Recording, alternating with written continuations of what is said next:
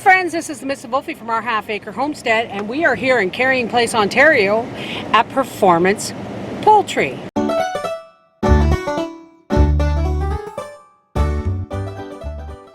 Now, I ordered 12 turkeys, 6 bourbon reds for us and 3 bronze ridley and 3 bourbon reds for a friend of ours, but their turkey hatch was short.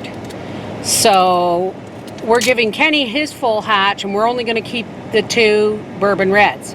However, because I had already paid for it in advance, they had an extra large hatch of guinea fowl.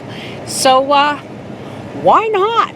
Oh my goodness. Now these are the guinea fowl? They are. They're pearl gray. So these are my 8. This is what I'm getting in replacement for my turkeys, folks. Now in this conversation I had with Adele from Performance Poultry, I asked her if these Keats were related, like if they had the same parents, and she thought they had, but she wasn't sure. She'd have to check with her husband, but apparently they have a large flock, and no, they're not all related. So I am going to think about breeding them. Actually, apparently they'll breed themselves. But I did some research because I didn't want to get them. I've always wanted guinea fowl. My Aunt Jane used to raise them. And they are ugly. Oh God, they're ugly and noisy because they are barnyard alarm systems.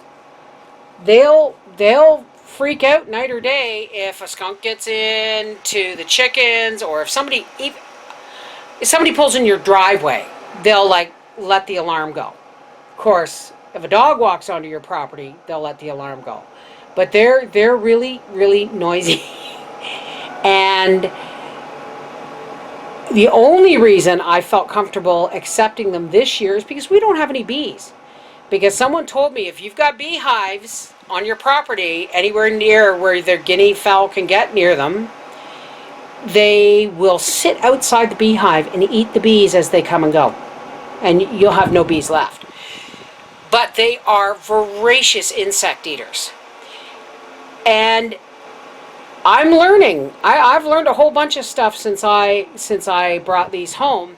I also learned that you have to keep them in the barn, in their pen, like in a enclosed pen, because they will fly, they'll roost in the trees, they'll take off, but you want them on lockdown in their pen, like the pen that they're going to be in for the winter and whatever, for at least a month, for one simple reason.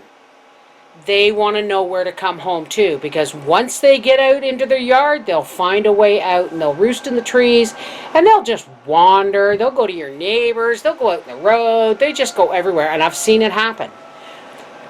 But they do come home. They do come home.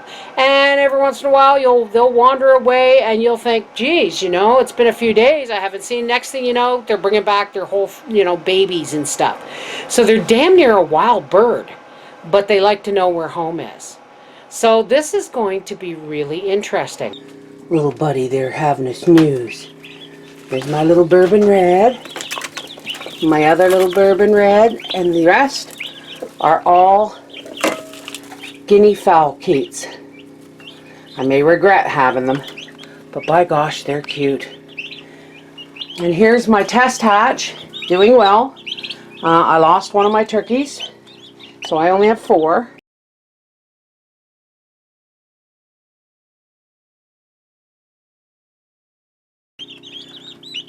But the rest are chickens.